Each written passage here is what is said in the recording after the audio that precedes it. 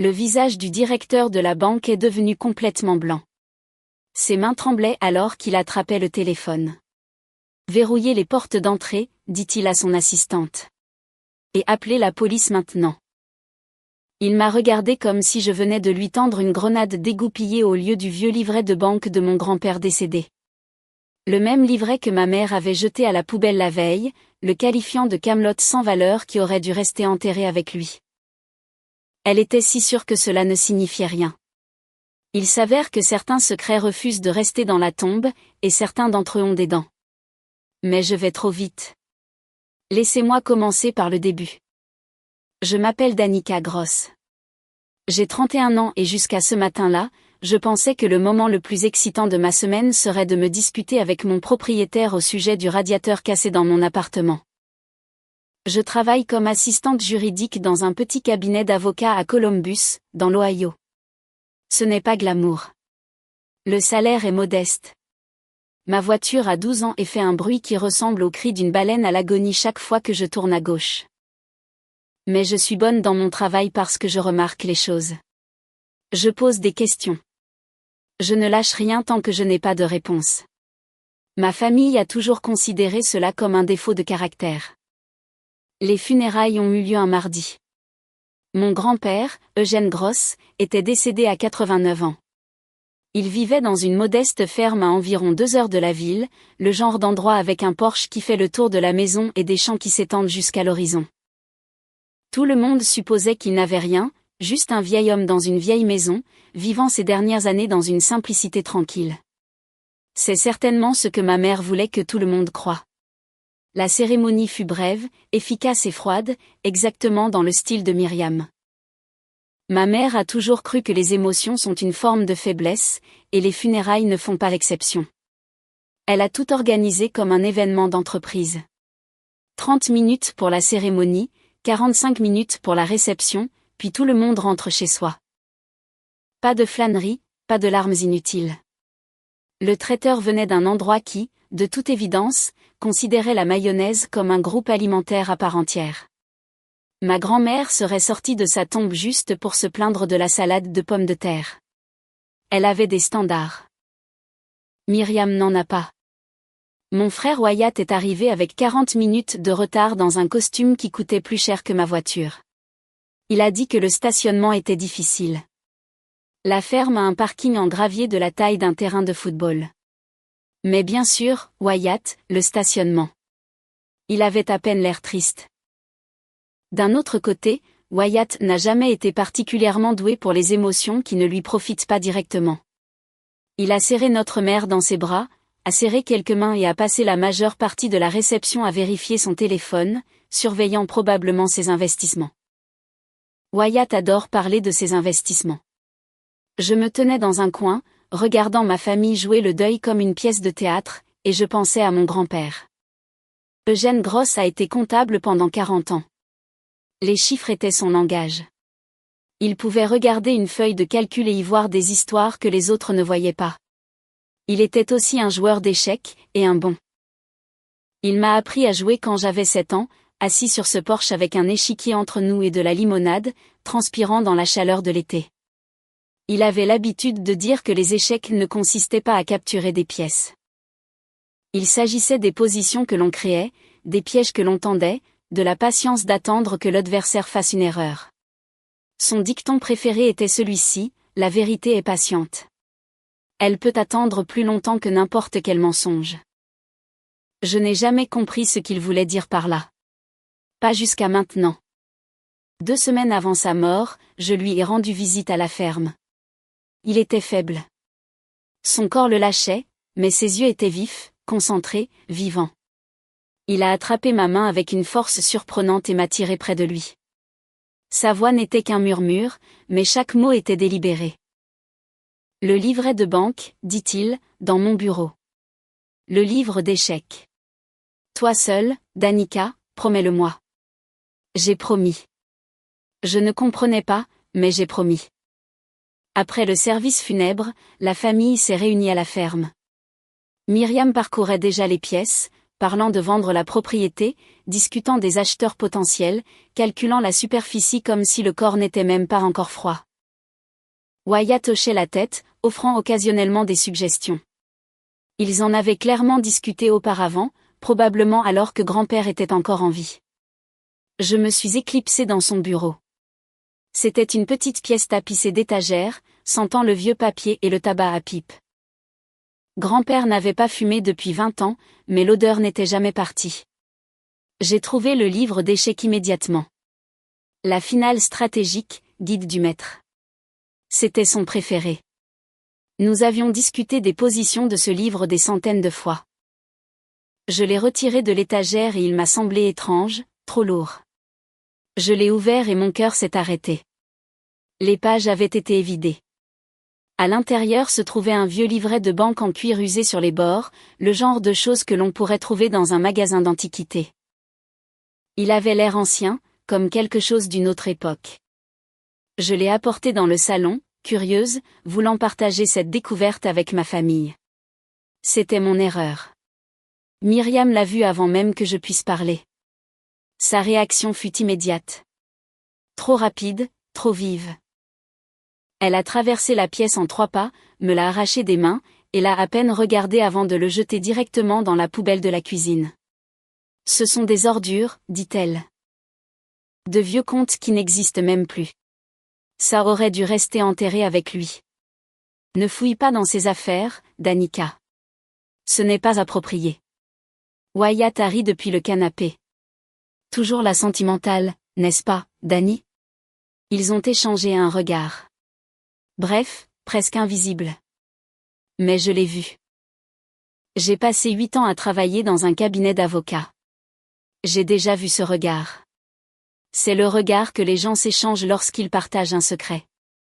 Quand ils ont peur que quelqu'un s'approche trop près de quelque chose qu'ils veulent garder caché. Cette nuit-là, je n'ai pas pu dormir. Je n'arrêtais pas de penser à la réaction de ma mère. Si le livret de banque ne valait rien, pourquoi était-elle en colère? Pourquoi pas simplement dédaigneuse? Pourquoi avait-elle besoin de le jeter si vite, si résolument? Et je n'arrêtais pas de penser à mon grand-père, à ses yeux vifs, à ses mots délibérés. Il avait été comptable pendant 40 ans. Il ne faisait pas d'erreur avec les chiffres ou les documents. S'il avait caché ce livret dans un livre d'échecs et ne l'avait dit qu'à moi, il y avait une raison. Les gens ne réagissent avec colère que lorsqu'ils ont quelque chose à cacher. À 5 heures du matin, j'ai pris une décision. J'allais retourner à cette ferme. Ce livret de banque était toujours dans la poubelle, et j'allais découvrir pourquoi ma mère le voulait si désespérément enterré. Avant de continuer, veuillez vous abonner et me dire dans les commentaires d'où vous regardez, et quelle heure il est chez vous. Je vois tout. Merci beaucoup pour votre soutien. Le trajet jusqu'à la ferme a duré 2 heures dans la lumière grise de l'aube. J'ai laissé la radio éteinte. J'avais besoin de réfléchir. Mon grand-père était beaucoup de choses. Patient, méthodique, stratégique. Il a passé 40 ans comme comptable, à suivre les chiffres, trouver les anomalies, tout documenter. Il jouait aux échecs comme un homme qui pouvait voir 15 coups à l'avance. Il ne faisait pas les choses au hasard. Il ne cachait pas de livret de banque dans des livres évidés en chuchotant des instructions énigmatiques sans raison. Et ma mère ne jetait pas les choses à la poubelle avec autant d'agressivité à moins d'avoir peur. Je suis arrivée à la ferme alors que la première lumière se levait sur les champs. Le ciel se peignait de nuances de violet et d'or. Aucune autre voiture. Personne d'autre aux alentours. Parfait. Je suis entrée avec la clé de secours que grand-père gardait sous la 3e marche du porche. La maison était silencieuse, immobile, comme si elle retenait son souffle. Je suis allée directement à la cuisine. La poubelle était exactement là où je l'avais laissée. J'ai sorti le sac, l'ai posé par terre et j'ai commencé à fouiller.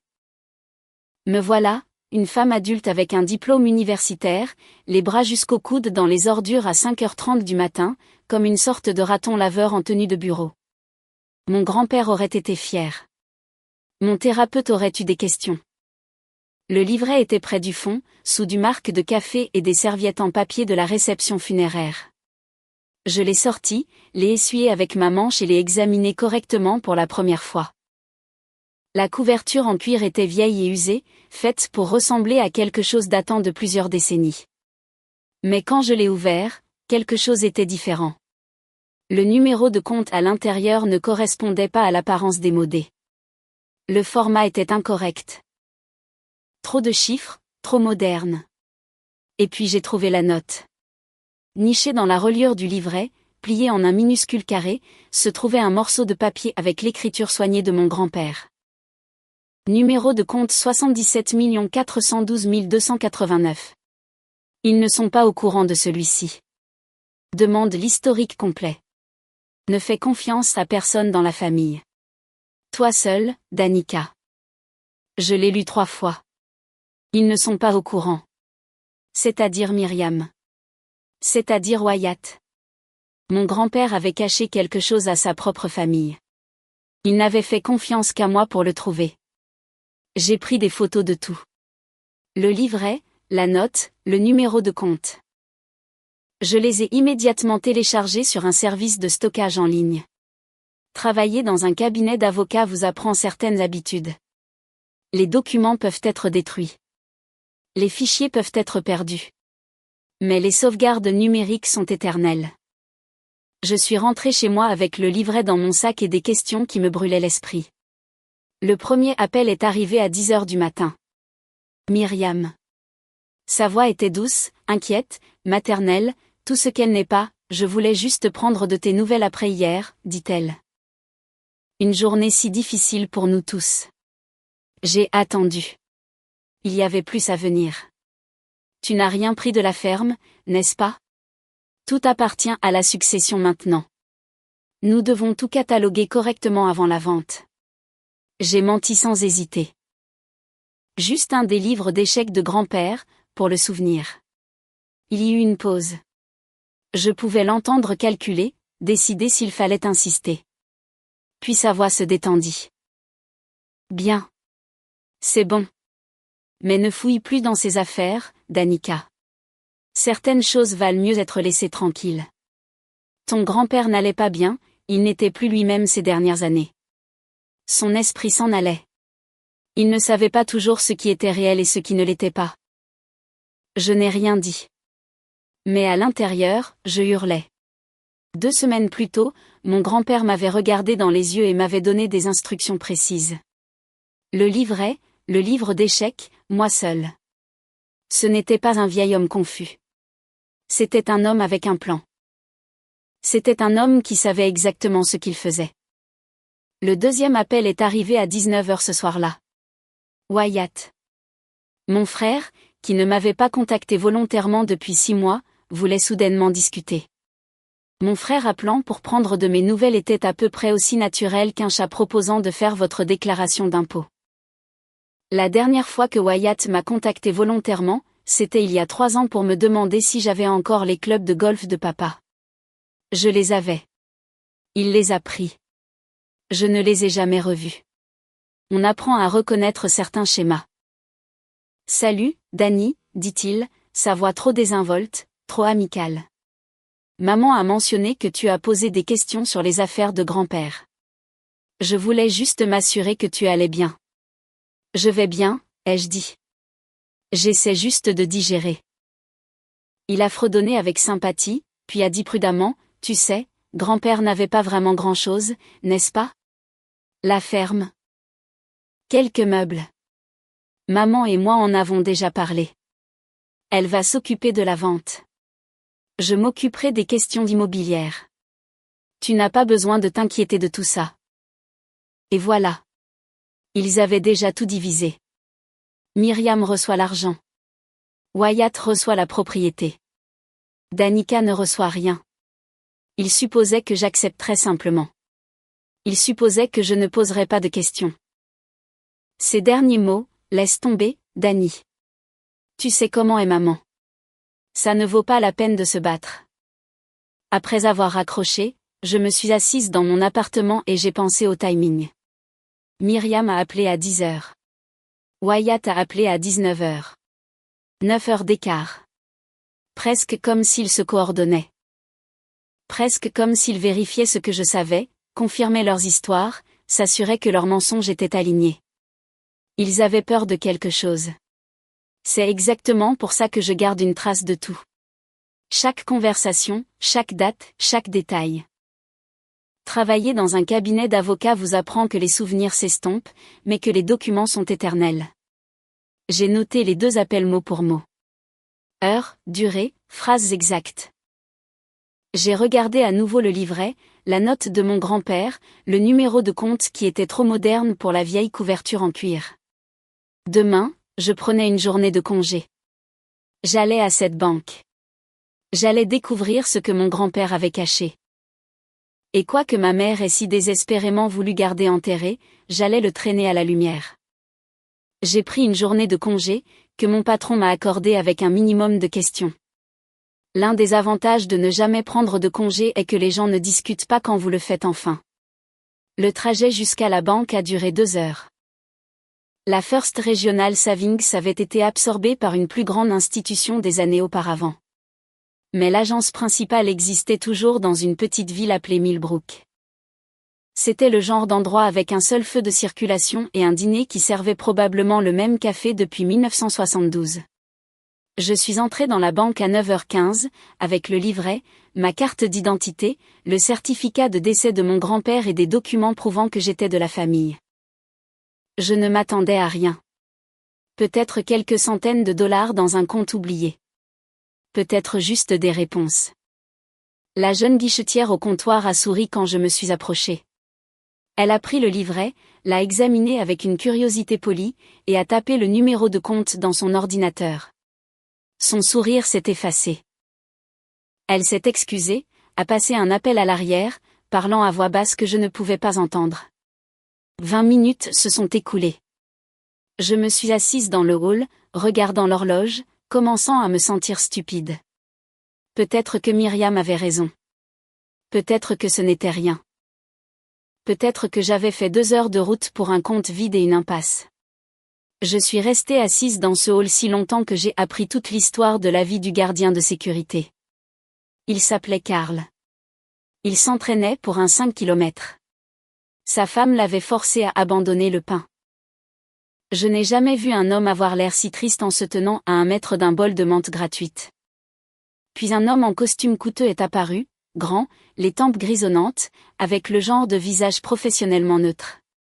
Il s'est présenté comme Theodore Callaway, directeur régional. Il m'a demandé de venir dans son bureau privé. Ses mains étaient légèrement tremblantes lorsqu'il a pris le livret. Il l'a examiné comme s'il pouvait exploser. Puis il s'est assis lourdement dans son fauteuil en cuir et a poussé un long soupir. « Mademoiselle Gross, dit-il prudemment. Ce compte est signalé dans notre système. » J'ai senti mon estomac se nouer. Signalé ? Ce mot n'est jamais de bon augure. Mais il a continué, pas à cause de quelque chose que vous avez fait. À cause de son histoire. Il a expliqué. Le compte ne datait pas de 1962, malgré ce que suggérait la vieille couverture du livret. Il avait été ouvert en 2010. Mon grand-père avait délibérément utilisé la couverture vintage pour le déguiser, pour le cacher.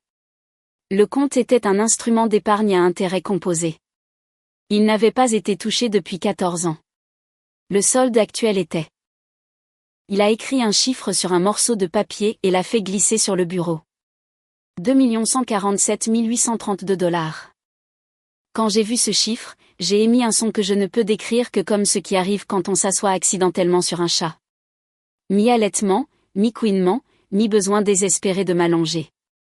Le directeur de la banque m'a offert de l'eau. J'avais besoin de quelque chose de plus fort. 2 millions de $. Mon grand-père, que tout le monde pensait n'avoir rien, qui vivait dans une modeste ferme et portait les 3 mêmes pulls pendant 20 ans, avait 2 millions de $ cachés dans un compte que personne ne connaissait. Mais Theodore Callaway ne célébrait pas avec moi. Son visage devenait de plus en plus inquiet. Il y a autre chose, dit-il. En 2015, quelqu'un a tenté d'accéder à ce compte. Ils avaient des documents de procuration pour Eugène Gross. Ils avaient ce qui semblait être sa signature autorisant le transfert. Mais notre système de vérification a signalé des incohérences dans les documents. Les signatures ne correspondaient pas tout à fait à nos dossiers.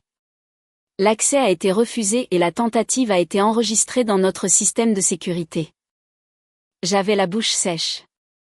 Qui, ai-je demandé, connaissant déjà la réponse. Callaway a regardé ses papiers. La personne qui a tenté l'accès était répertoriée comme étant Myriam Gross. Il a fait une pause. Est-ce un membre de votre famille? Ma mère. Ma mère a essayé de voler cet argent il y a 9 ans. Elle a échoué, mais elle a essayé. Callaway a passé d'autres appels. D'autres personnes sont arrivées. Une femme de leur division de sécurité, un homme du service juridique. Ils ont sorti des archives de leur banque et d'autres banques où mon grand-père avait des comptes. Le tableau qui s'est dessiné était dévastateur.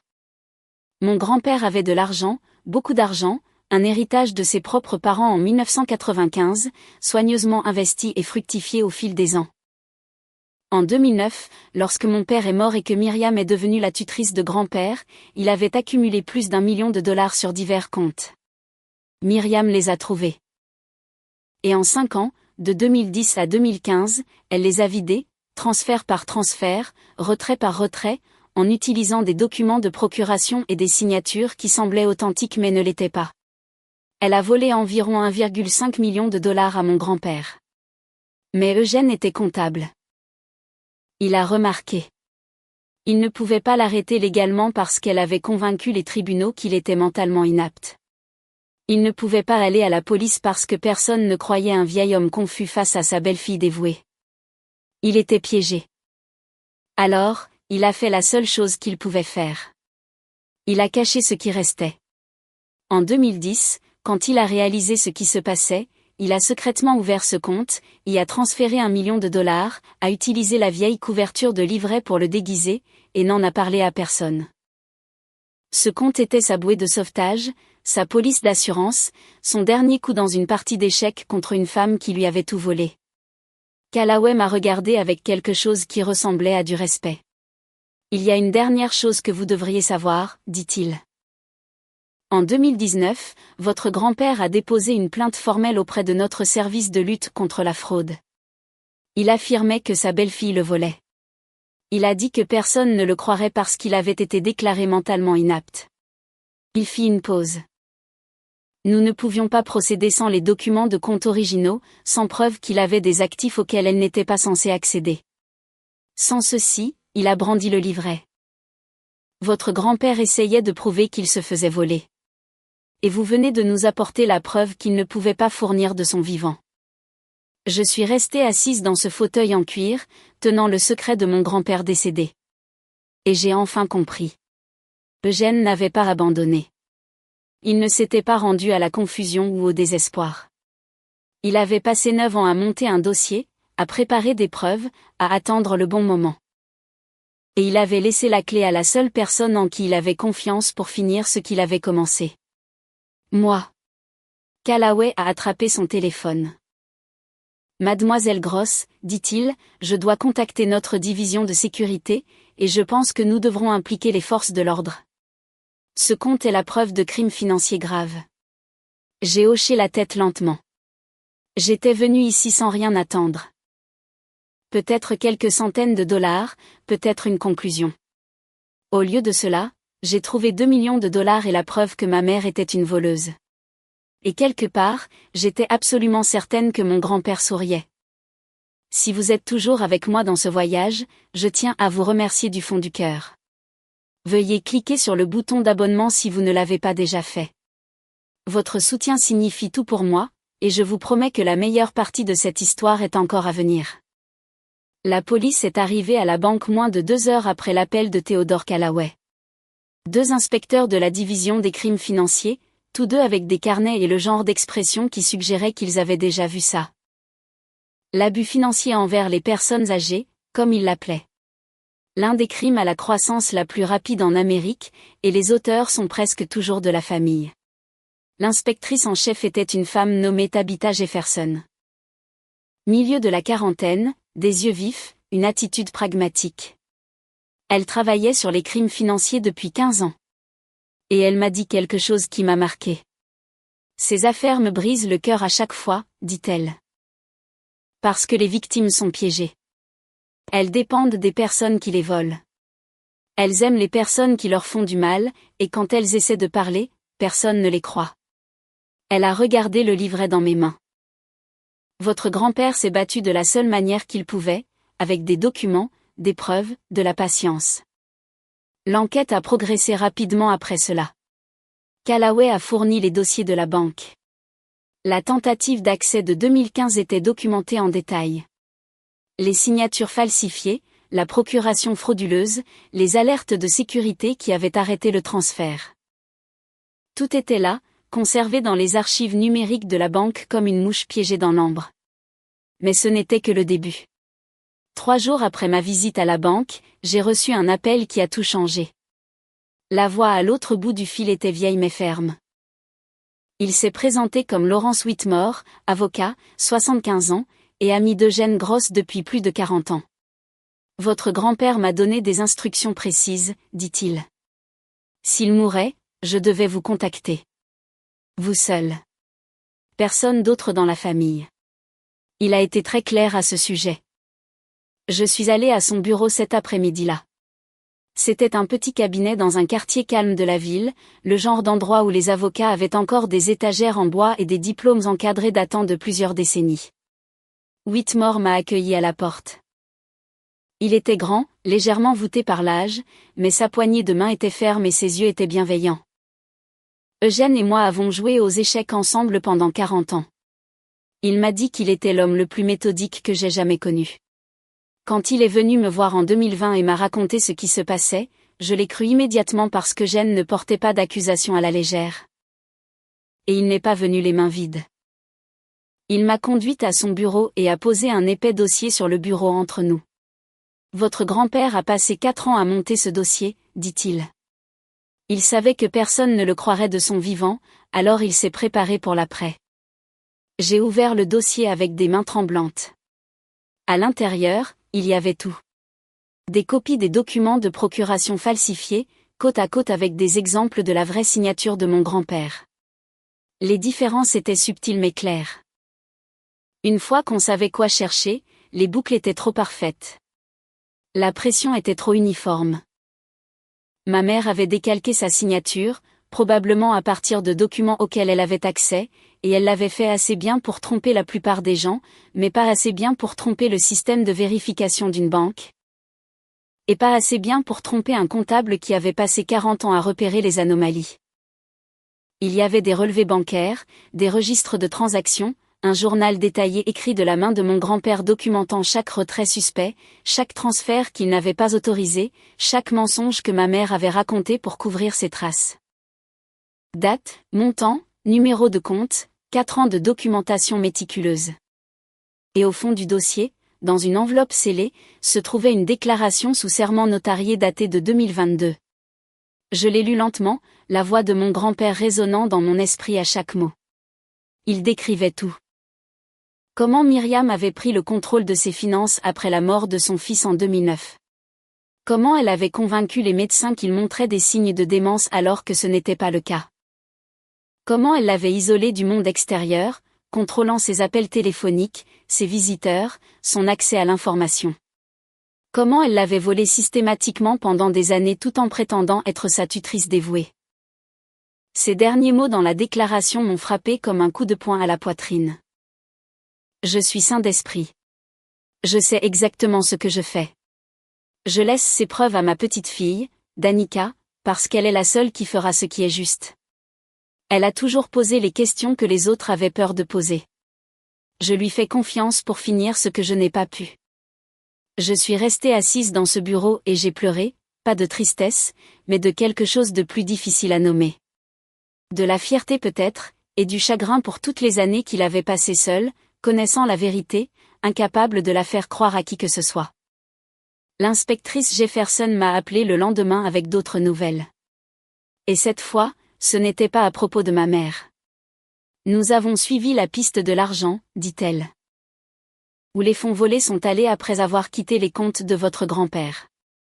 Et nous avons trouvé quelque chose d'intéressant sur votre frère, Wyatt. Wyatt, l'enfant prodige, avec ses costumes chers, son portefeuille d'investissement et sa certitude suffisante qu'il était meilleur que tout le monde. Il n'a pas seulement reçu de l'argent de votre mère, a poursuivi Jefferson. Il a créé une société écran, Garrett Holdings, LLC, enregistrée en utilisant son deuxième prénom. Plus de 600 000 $ ont été blanchis par cette société sur 5 ans. Il n'était pas un bénéficiaire innocent, mademoiselle Gross. Il était un participant actif au stratagème. Mon frère, qui m'avait appelé pour me dire de laisser tomber. Mon frère, qui s'était moqué de moi parce que j'étais sentimentale. Mon frère avait aidé ma mère à voler notre grand-père et avait bâti tout son style de vie sur le produit de ce vol. Sa maison, sa voiture, ses investissements, tout était de l'argent volé, caché derrière des formalités administratives et des mensonges familiaux. Mais les révélations n'étaient pas terminées. L'équipe de Jefferson a effectué des vérifications d'antécédents sur toutes les personnes impliquées. Procédure standard, dit-elle. Et ils ont trouvé quelque chose dans le passé de ma mère qui expliquait tout. En 2002, la propre mère de Myriam était décédée. La femme avait environ 200 000 $ d'économie. Lorsque la succession a été réglée, il ne restait presque plus rien. D'autres membres de la famille avaient eu des soupçons à l'époque, mais ils ne pouvaient rien prouver. L'argent avait simplement disparu. Ma mère avait déjà fait ça, à sa propre mère, 20 ans avant de le faire à Eugène. Et mon grand-père le savait. C'est pourquoi il ne lui avait jamais fait confiance. C'est pourquoi il avait été si prudent, si méthodique, si préparé. Il avait vu son schéma. Il savait de quoi elle était capable. Et il avait passé ces dernières années à s'assurer qu'elle ne s'en tirerait pas une deuxième fois. L'inspectrice Jefferson m'a demandé de coopérer pleinement à l'enquête, ce qui signifiait me taire, ne pas avertir ma mère, ne pas confronter mon frère, assister au dîner de famille et prétendre que tout était normal pendant que le dossier était monté contre eux. 2 semaines de mensonges. 2 semaines assises en face de personnes qui avaient volé mon grand-père, souri à ses funérailles et divisé sa succession comme des vautours se partageant une carcasse. Le dîner du dimanche chez ma mère était une torture. Le poulet de ma mère a toujours été un crime contre la volaille. Mais ce soir-là, cela semblait approprié. Je m'étouffais en mangeant la preuve d'un mauvais jugement, assise en face d'une femme qui avait fait du mauvais jugement sa carrière. Myriam a parlé de la vente de la ferme. Elle avait trouvé un acheteur, bon prix, vente rapide. Wyatt hochait la tête, mentionnant une nouvelle opportunité d'investissement qui l'enthousiasmait. Ils étaient si confiants, si certains de s'en être tirés avec tout. Après le dîner, Myriam m'a prise à part. Sa voix était douce, inquiète, maternelle, la performance d'une vie. Je sais que nous ne sommes pas toujours d'accord, dit-elle. Mais nous sommes une famille. Ton grand-père voudrait que nous restions unis, que nous nous soutenions mutuellement. J'ai gardé un visage neutre. Bien sûr, maman. La famille d'abord. Pendant 2 semaines, j'ai dû prétendre que je ne savais pas que ma mère était essentiellement une criminelle en col blanc. Chaque fois qu'elle appelait pour se plaindre de la pelouse de ses voisins ou du prix des œufs à l'épicerie, je voulais dire, tu sais ce qui est cher aussi, maman? La prison fédérale. Mais j'ai attendu. J'ai documenté. J'ai fait confiance au processus. Mon grand-père m'a appris les échecs quand j'avais 7 ans. Sa leçon préférée, le meilleur coup n'est pas toujours le plus évident.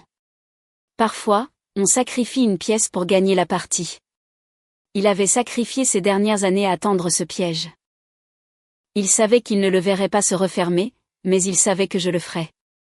L'appel est arrivé un jeudi matin. La voix de l'inspectrice Jefferson était calme et professionnelle. Mademoiselle Gross, nous exécutons les mandats aujourd'hui. Les arrestations seront simultanées. J'ai pensé que vous voudriez le savoir. Je l'ai remercié, j'ai raccroché, et je suis restée assise en silence pendant un long moment. Ma mère était sur le point de tout perdre.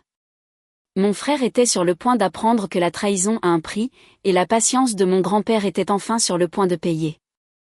Les arrestations ont eu lieu à 7 heures du matin, coordonnées à la minute près, sans avertissement, sans possibilité pour eux de se contacter, de coordonner leurs histoires ou de détruire des preuves. L'inspectrice Jefferson avait tout planifié parfaitement. Je n'étais pas là. Mais Jefferson m'a raconté les détails plus tard, et je dois admettre qu'il y avait une certaine satisfaction à les entendre. Ma mère a ouvert sa porte, encore en peignoir, une tasse de café à la main. Elle a vu les badges et les uniformes, et pendant un instant, son masque est tombé.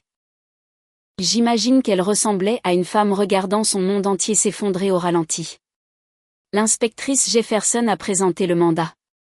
A lu les charges. Fraude, falsification, abus financier envers une personne âgée, vol. Ma mère a tenté une dernière manipulation. Sa voix était calme, raisonnable, la voix d'une femme qui s'était sortie d'affaires toute sa vie. C'est une erreur, dit-elle. Mon beau-père n'était pas bien mentalement. Il ne savait pas ce qu'il disait. J'essayais de le protéger. Jefferson n'a pas été impressionné. Madame, nous avons 4 ans de preuves documentées, une déclaration notariée de votre beau-père, attestée par un avocat, des relevés bancaires de votre tentative d'accès à un compte dont vous ignoriez l'existence, et une trace écrite montrant exactement où l'argent est allé. Ce n'est pas une erreur. Ce sont les conséquences. Ma mère a été menottée et conduite à la voiture de police. Pas de cris, pas de scène dramatique, juste la mort silencieuse d'un mensonge qui avait duré 15 ans. Au même moment, de l'autre côté de la ville, mon frère était dans son bureau. Il était en réunion avec des clients lorsque les officiers sont entrés. J'ai entendu dire qu'il est devenu complètement blême. A essayé d'expliquer qu'il devait y avoir une confusion. A essayé de mentionner son avocat. Les officiers n'étaient pas intéressés par la négociation. Wyatt a été menotté devant ses collègues. Sa réputation est morte à ce moment-là. Tout ce qu'il avait construit, toute l'image qu'il avait cultivée, tout était parti. On ne se remet pas d'une arrestation pour blanchiment d'argent dans sa propre salle de conférence. L'affaire a suivi son cours au tribunal au cours des mois suivants. J'ai assisté à certaines audiences, regardé les preuves s'accumuler, vu l'expression confiante de ma mère s'effriter lentement à mesure que l'ampleur de l'accusation devenait claire. Son avocat a tout essayé. A prétendu qu'Eugène était mentalement inapte, donc sa déclaration n'était pas valide. L'accusation a fait venir 3 médecins qui avaient examiné mon grand-père au fil des ans. Tous 3 ont témoigné qu'Eugène ne montrait aucun signe de démence. Il était vif, cohérent, conscient. La décision d'inaptitude, ont-ils expliqué, était basée sur de fausses informations fournies par Myriam elle-même.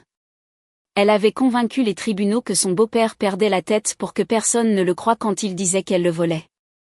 Le juge n'a pas été sympathique. L'avocat de Wyatt a essayé une approche différente. Il est venu me voir en privé avec une offre. Wyatt témoignerait contre notre mère en échange d'une peine réduite. Il a prétendu avoir été manipulé, qu'il ne connaissait pas toute l'étendue de ce qui se passait, qu'il était aussi une victime.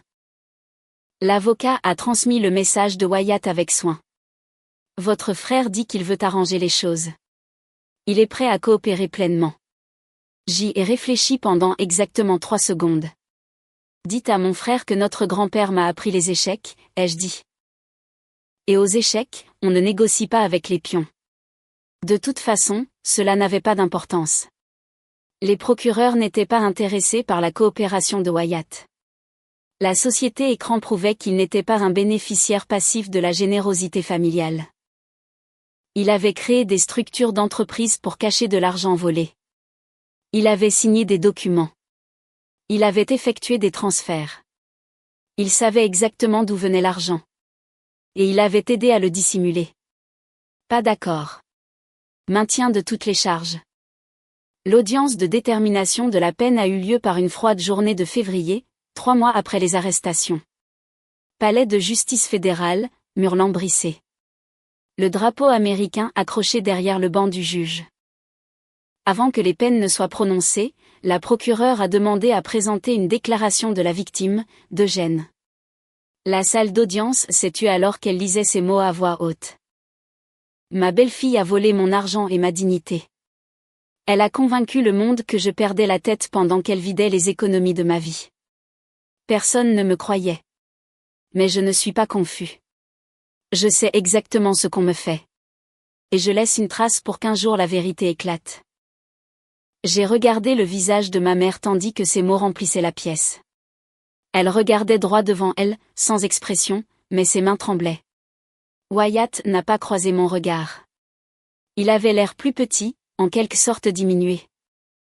Le frère confiant et prospère qui m'avait toujours méprisé avait disparu.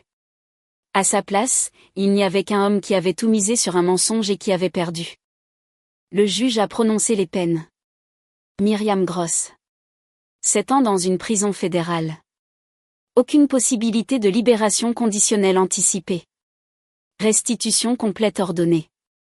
Tout ce qu'elle possédait serait liquidé et restitué à la succession. Wyatt Gross. 3 ans dans une prison fédérale. Une condamnation pour crime qui le suivrait pour le reste de sa vie. Sa carrière dans l'investissement, sa réputation professionnelle, son image de succès soigneusement construite, tout était fini. Je suis restée assise dans cette salle d'audience et j'ai ressenti quelque chose d'inattendu. Pas du triomphe, pas de la satisfaction, juste un sentiment tranquille d'achèvement, comme un livre qui arrive enfin à son dernier chapitre. Après l'audience, l'inspectrice Jefferson m'a trouvée dans le couloir. « Votre grand-père serait fier, dit-elle. Il s'est battu pendant des années. Vous avez fini le travail. » Je l'ai remercié, lui ai serré la main, et je suis sortie du palais de justice dans l'air froid de février. Plus tard, l'avocat de Wyatt m'a appelé une dernière fois, me demandant si j'envisagerais de rendre visite à mon frère en prison. Il a dit que Wyatt voulait s'excuser, voulait s'expliquer. J'ai dit que j'y réfléchirais. L'avocat de Wyatt m'a vraiment demandé si je lui rendrais visite en prison. J'ai dit que j'y réfléchirais. J'y réfléchis encore. Ça fait 6 mois. Je vais probablement continuer à y réfléchir. Certaines excuses arrivent trop tard pour compter. Certaines explications ne méritent pas d'être entendues. Mon téléphone a vibré. Un SMS de Lawrence Whitmore, l'avocat de mon grand-père. Votre grand-père vous a laissé autre chose. Un dernier élément. Quand vous serez prête, venez à mon bureau. Une surprise de plus. Un dernier coup d'outre tombe. Eugène n'avait pas encore fini. J'ai rendu visite au bureau de Lawrence Whitmore 2 jours après la sentence. Le vent de février était glacial, le soleil était éclatant, et pour la première fois depuis des mois, j'avais l'impression de pouvoir respirer. Whitmore m'attendait avec du thé et une seule enveloppe sur son bureau. Mon nom était écrit sur le devant, de l'écriture soignée de mon grand-père. Il m'a demandé de vous donner ceci après que tout soit résolu, a dit Whitmore. Il était très précis sur le timing. Il voulait que vous le lisiez quand vous pourriez en apprécier la signification. J'ai pris l'enveloppe.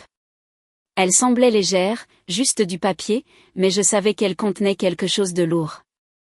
Avant de l'ouvrir, Whitmore a expliqué le dénouement juridique. Les 2,1 millions de dollars du compte caché étaient désormais à moi. Le testament d'Eugène, gardé en sécurité par Whitmore pendant des années, me nommait explicitement comme unique bénéficiaire. Ma mère et mon frère étaient spécifiquement exclus, avec des documents expliquant pourquoi. De plus, le processus de restitution avait commencé. Les actifs saisis à Myriam et Wyatt seraient liquidés et ajoutés à la succession. Le produit de la vente de la ferme, que ma mère avait prévu de garder pour elle, me reviendrait également. L'héritage total, une fois tout traité, s'élèverait à environ 2,5 millions de dollars.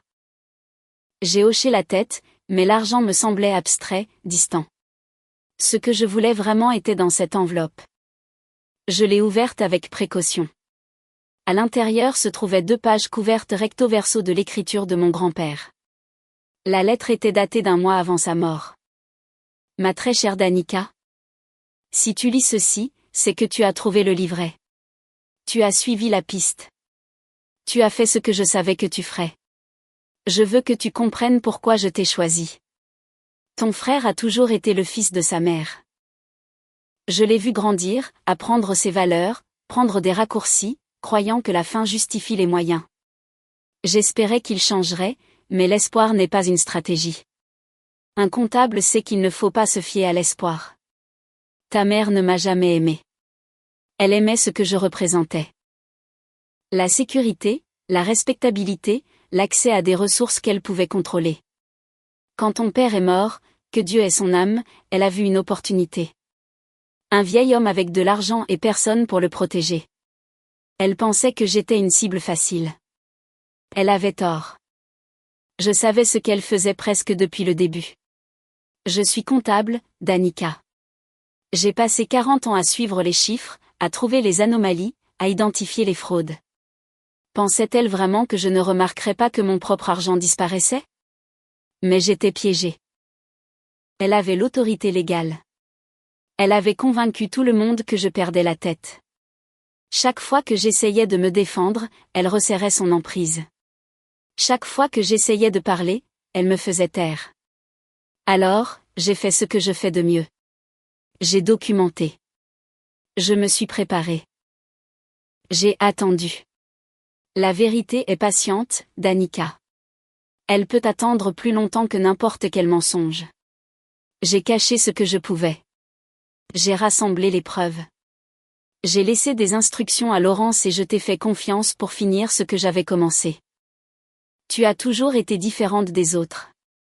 Tu me rendais visite parce que tu le voulais, non pas parce que tu attendais quelque chose. Tu jouais aux échecs avec moi pour le jeu, pas pour l'héritage. Tu posais des questions qui mettaient ta mère mal à l'aise. Tu n'as jamais accepté les réponses faciles. C'est pourquoi je t'ai choisi, parce que je savais que lorsque tu trouverais le livret, tu n'arrêterais pas avant de trouver la vérité. Et je savais que lorsque tu trouverais la vérité, tu ferais ce qui est juste. Je suis désolée pour le fardeau que je te laisse. Je suis désolée que tu doives être celle qui expose sa propre famille. Je sais que ce ne sera pas facile. Je sais qu'il y aura de la douleur. Mais je sais aussi que tu es assez forte pour la porter. Vis bien, Donna. Utilise l'argent pour quelque chose qui compte. Construis quelque chose qui dure. Sois heureuse. J'ai passé mes dernières années à mener une bataille que je ne pouvais pas gagner, mais je me suis assurée que tu la gagnerais pour moi. Merci d'être la petite fille que j'ai toujours espéré avoir. Avec tout mon amour. Grand-père Eugène. Je suis restée assise dans le bureau de Laurence Whitmore et j'ai laissé les larmes couler. Pas des larmes de tristesse, quelque chose de plus profond, quelque chose qui ressemblait à une guérison. Mon grand-père m'avait vue. Vraiment vue. Dans une famille où je m'étais toujours sentie comme une étrangère, il avait reconnu quelque chose de vrai en moi. Et il m'avait confié la chose la plus importante qu'il lui restait. Pas seulement de l'argent, mais la justice. C'était il y a 6 mois. J'ai quitté mon travail au cabinet d'avocat, payé mes dettes, acheté un petit immeuble en centre-ville, une boutique étroite avec de grandes fenêtres et une bonne lumière. J'ai ouvert une librairie, le genre d'endroit avec des fauteuils confortables et l'odeur du café, et des étagères pleines d'histoires qui attendent d'être découvertes. Je l'ai nommé « Grosse page », ce que mon grand-père aurait trouvé hilarant. Il a toujours apprécié un bon jeu de mots. Dans le coin du fond, il y a une table d'échecs, 2 chaises, un échiquier avec les pièces installées et prêtes. Parfois, les clients s'assoient et jouent. Parfois, je les rejoins. Au-dessus de la table est accrochée une photo encadrée de mon grand-père. Et à côté, dans un simple cadre en bois, son dicton préféré, la vérité est patiente. Elle peut attendre plus longtemps que n'importe quel mensonge. Ma mère écrit parfois des lettres de prison, de longues lettres décousues pleines de reproches, d'excuses et de demandes de pardon. Elle dit que j'ai trahi la famille. Elle dit que j'ai tout gâché. Elle dit que je lui dois quelque chose. Je ne réponds pas. Certaines portes, une fois fermées, le reste. La femme de Wyatt a divorcé. Ses amis ont disparu. Quand il sortira de prison, il aura un casier judiciaire et rien à montrer pour toutes ces années de prétendu succès. Les gens qui avaient tout parce qu'ils l'avaient volé n'ont maintenant plus rien. Et moi, j'ai une librairie. J'ai la paix.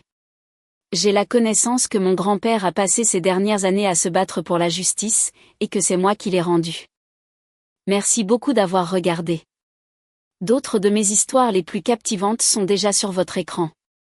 Cliquez sur l'une d'elles maintenant et ne manquez pas la meilleure partie. Vous allez adorer.